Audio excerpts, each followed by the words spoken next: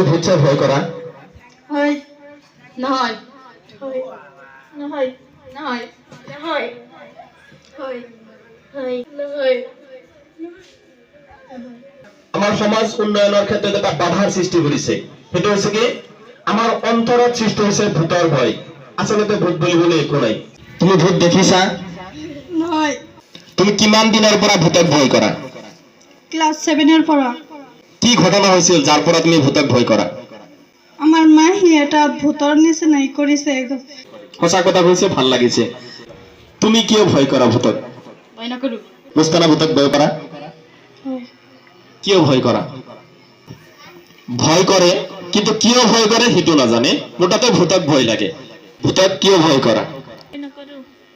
এই যে ভূতক চাই যে আমি ভয় কৰো, এইটো হৈছে আমাৰ ডাঙৰ সমস্যা, হয় নে নহয়? কিয়নো ভূতক আমি দেখাও নাই।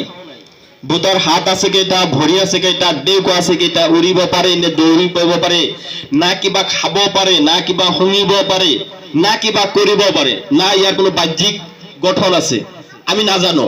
তাৰ পিছতো আমি ভূতকেই ভয় কৰো। ভূত একচুৱেলি বাস কৰে পৃথিৱীৰ কিছু দেশত, স্পেচিয়েলি ভাৰতবৰ্ষ, বাংলাদেশ, পাকিস্তান, এই তিনিখন দেশত বেছিকৈ ভূত থাকে। বাকী যিবিলাক উন্নত ৰাষ্ট্ৰ, সেইবিলাক ৰাষ্ট্ৰত ভূত নাই। আমাৰ এই অনুন্নত নাই বা উন্নয়নশীল ৰাষ্ট্ৰবোৰত কি আছে? ভূত আছে। ভূত ক'ত আছে? মানুহৰ অন্তৰত, হৃদয়ত।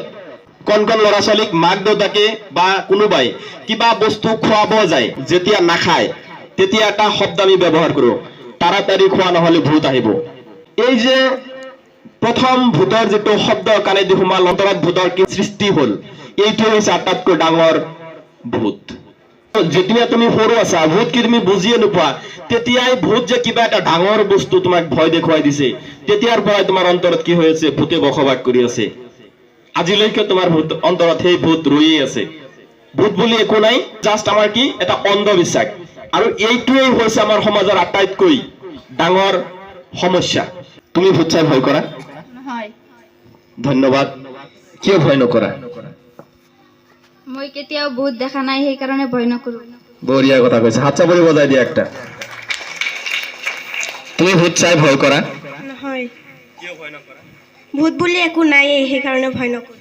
বঢ়িয়া কথা কৈছা। হয়। কিয় ভয় কৰা? ই তাৰমানে ভূতক চাই এনেকুৱা ভয় কৰে, কিয় ভয় কৰে সেইটো কবলৈও ভয় কৰে। ইয়াৰ কাৰণে এটা জোৰদাৰ হাত চাপৰি বজাই দিয়া। তুমি ভূতক ভয় কৰা? হয়। মোৰ ভনীয়েকক ধৰিছিল। ভূতে তোমাৰ ভণ্টিক ধৰিছিল, বুজি পালো। ক'ত ধৰিছিল? নাকত, কাণত, ভৰিত, হাতত, মাথাত, চুলিত, ভৰিত, ক'ত? নাজানো। ধন্যবাদ। এতিয়া ভূতে কাক ধৰে জানা? যিজন মানুহ আচলতে দুৰ্বল, খোজকাঢ়ি যাওঁতে কি পৰি যায় কেতিয়াবা, তেনেকুৱা মানুহক ভূতে ধৰে বুলি কোৱা হয়। কিয়নো সেইবিলাক হৈছে বৈজ্ঞানিক কাৰণ। মানুহ এজন যেতিয়া দুৰ্বল হয়, দুৰ্বল হলে মানুহজনৰ টোপনি বেছি হয়, আবুল তাবুল কব, নাইবা বেলেগ ধৰণৰ ব্যৱহাৰ কৰিব, আচাৰ ব্যৱহাৰ কৰিব, এনেকুৱা ধৰণৰ বিভিন্ন কথা। যেতিয়া গাটো দুৰ্বল হয়, তেতিয়া কি হয়? মানসিকভাৱে মানুহ দুৰ্বল হৈ পৰে, আৰু তেতিয়াই মানুহক ভূতে ধৰা বুলি আমি বিশ্বাস কৰো। তুমি ভূত চাই ভয় কৰা? কি তুমি কোৱা? তুমি ভূত চাই ভয় কৰা? তুমি কোৱা, তুমি ভূত চাই ভয় কৰা? যেতিয়ালৈ আমি ভূতক বিশ্বাস কৰিম ভূত আছে বুলি, তেতিয়ালৈকে আমাৰ দেশ, আমাৰ সমাজ, আমাৰ গাঁওখন, আমাৰ ঘৰখন আগবাঢ়ি নাযায়।